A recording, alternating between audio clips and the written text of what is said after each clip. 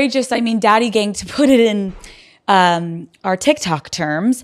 I have seen girls on the street walk up to men and be like, do you know where a tampon goes? Do you know how many tampons we use? Do you even know how, like, do you know what a X or Y or Z is of a part of our, and they don't know the answer. I was the first vice president or president to ever in office go to a reproductive health care clinic, ever. You know, we got to expose it once again now. Come on now. Y'all lock in. Hit that like button. We in crunch time. We 28 days away. We got to make sure we get it all out there. Let everybody know what's going on. Keeping it real. No sugarcoating it. We're going to make another video on it. Yeah, you right. Cause this is pathetic. You know, and her campaign is on its knees right now. It's about over, y'all. And again, to even give them a chance, we know some rigging or has to go on. I'm just saying, because this is going to have to be the worst performing Democrat, worst performing ticket that in our lifetime. After everything we've seen, I'm just being real. $750. People's lives have been devastated. Animals have drowned. People have died. Towns completely wiped out. I mean, there's big problems and issues going on. Failed policy. And it's just nothing but lies. And meanwhile, she's also sitting on a sex podcast. They're talking about tampons and they were just talking about blowjobs.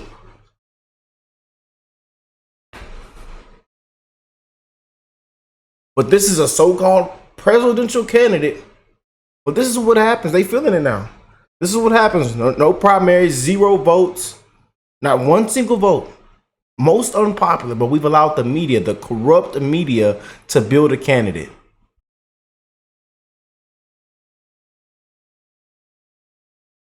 I'm telling y'all, man. Hit that like button, y'all. Make sure y'all share the video. We keeping it real, man. We in crunch time, and we're gonna be rolling these videos out. I hope y'all ready for them. We're gonna be keeping it real, and they're gonna be rolling it out. We're gonna be rolling them out. We in crunch time, man, and we need everybody to go out and vote. Register. We need everybody to go out and vote, man. It has to be too big to rig. Y'all see what we up against. It's not a candidate. We up against a corrupt machine.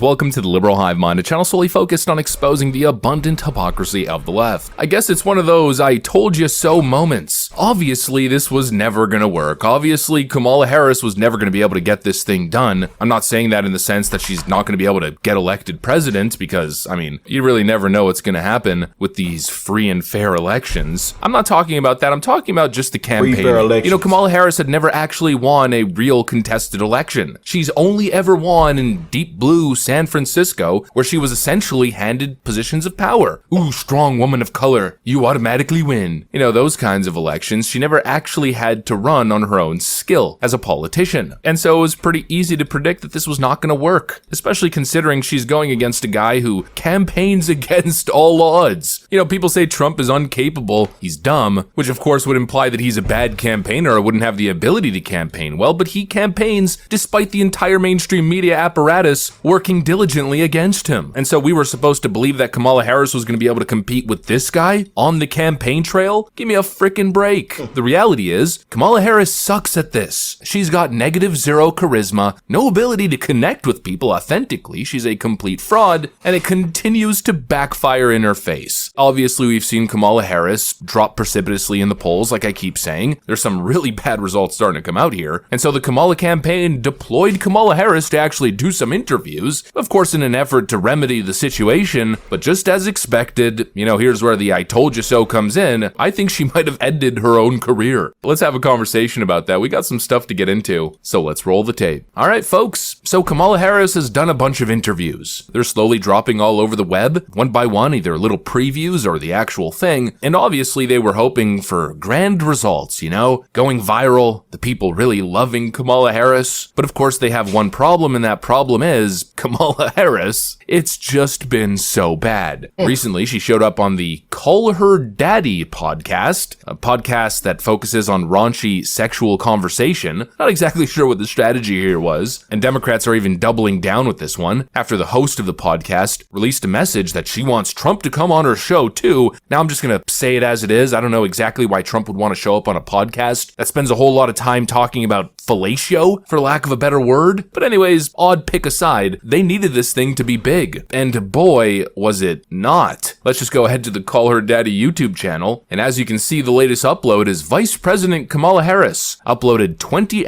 And I believe now it's over 50 or 60,000 dislikes. So we seen a screenshot, recent screenshot earlier. It was over 50,000. So I believe it's at 60,000 dislikes. Wow. And again, y'all, that's not even views. Dislikes is a huge play on the video. Man. That completely backfired, man. But what do you expect? Do you see what do y'all not do? What do they not understand what time what we're living in right now? Millions are struggling and dying right now. Then on top of it, you have this, the hurricanes is what everything that's happening right now. With the FEMA talk, with I mean, man, with all the failure that is taking place. And you think somebody is worried about Call Her Daddy?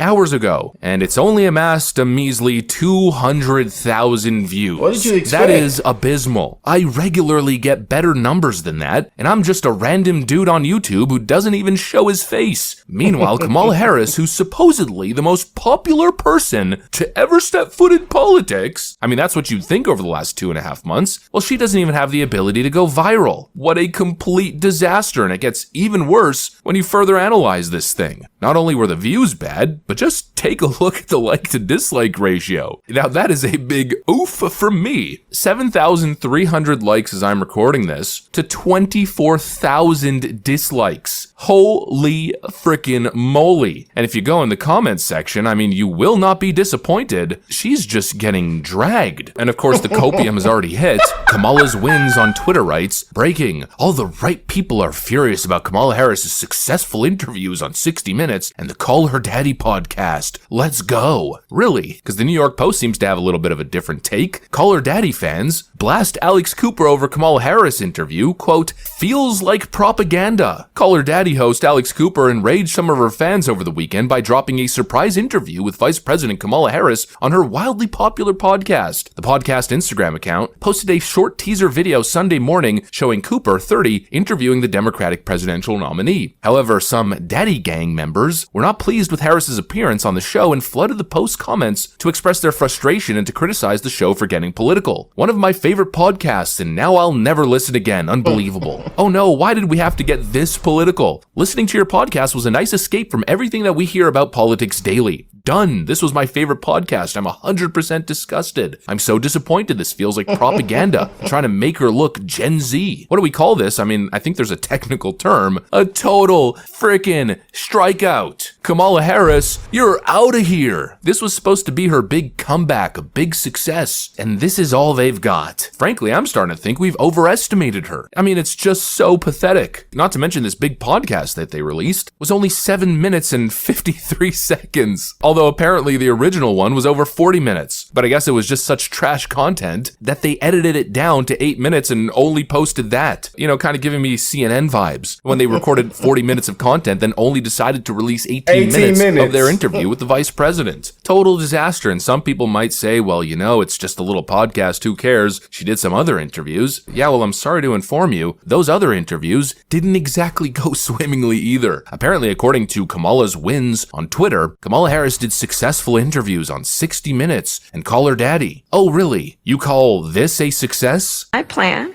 Whoever runs that account should be ashamed of themselves, man. Ashamed of themselves. Like, and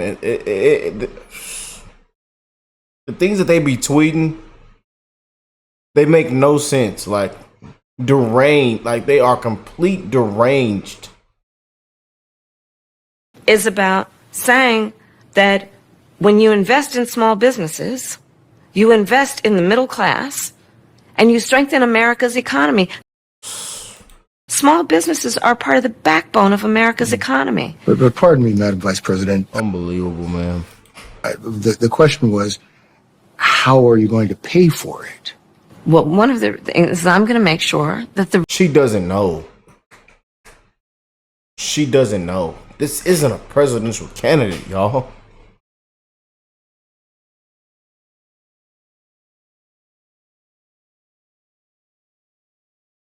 Again, most of her votes are people that just don't like Trump or completely Trump deranged.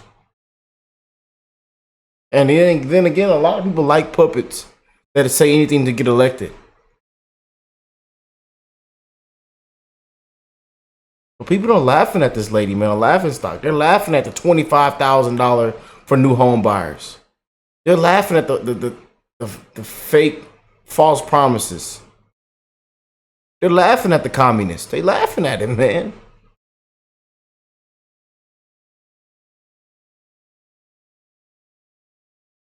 They know what Joe Biden said Joe Biden meant. They sing off the same song sheet, and that she played a huge role in the last 3.5, 4 years that we've had. the richest among us who can afford it pay their fair share in taxes. It is not right that teachers and nurses and firefighters are paying a higher tax rate than billionaires and the biggest corporations. And I plan on making that fair. But we're dealing with the real world here. But the real world, The real world. Through Congress. you know, when you talk quietly with a lot of folks in Congress, they know exactly what I'm talking about because their constituents know exactly what I'm talking about. Their constituents are those firefighters and nurses. Total, utter disaster. Again, you know, people are looking for actual answers. People are looking for real policy. Yet all she's doing is this cheap Bernie Sanders impression. The rich are gonna pay for it. He asked you how you're gonna pay for it, doofus. Oh, well, you know, we're just gonna tax the rich. How are you gonna get that done? Are you gonna be able to pass that through Congress? How much money do you expect to collect? Aren't billionaires just gonna start fleeing and setting up operation in foreign countries? Oh, well, I guess that's just semantics. All you gotta say is the rich are gonna pay for it, and that should suffice, right? Absolutely freaking not. She is clueless. And that right there is the nicest thing that I could have said. And already the Trump campaign is taking advantage. They're already cooking up ads all over social media. The latest one, literally just taking clips of Kamala Harris doing the Call Her Daddy podcast. I don't want to actually play the ad because you never know, if I play some of their content, they could get a little bit excited with the copyright system on YouTube. But essentially, Trump's playing an ad of Kamala Harris on the Call Her Daddy podcast, once again talking about abortion and other things, and then cutting to clips of the disaster happening with Hurricane Helene. And just think about it, it's genius. There's a natural disaster, and Kamala Harris is having a sassy conversation on a lewd podcast. You know, personally, I think that's campaign-ending stuff right there. And yet again, it builds on this narrative that I've been talking about forever. This total disconnect from regular people. Frankly, this constant insult to our intelligence, and really an insult, I think, to the intelligence of most young women. I mean, what do you think the topic of conversation was during that podcast appearance? Abortion, abortion, abortion, abortion this, abortion that. It's so incredibly stupid. The Democrat play here, the calculation is that women are single issue voters. They only care about one thing, and that's the right to get bailed out of making bad decisions. It's just so unbelievable. It's frankly just stupid. And I really think this might be the end of Kamala. She just doesn't have the ability to motivate people, to inspire people. She's unlikable. Her mannerisms, her way of speaking, the general fakeness, she just doesn't have that factor. And she's going against the guy who has the it factor. I mean, it's not like we don't have direct comparables. Look at Trump's numbers when he shows up on stream or when he does a podcast. Trump shows up and we're talking tens of millions of hits across social media platforms. Go and pause it for you, so y'all can take a good look at that. platforms overnight, and hugely positive like to dislike ratios. Every time Trump shows up, he gains more voters. Every time Kamala Harris shows up, she loses voters. And now their desperate last-ditch strategy here is for Kamala Harris to show up, I guess, to lose more voters. And that seems to be exactly what's happening. This little flurry of interviews has been an unmitigated disaster for the Kamala campaign, and everybody can freaking see it. Anyways, that's pretty much what I got for you. You just can't make this up. Yeah.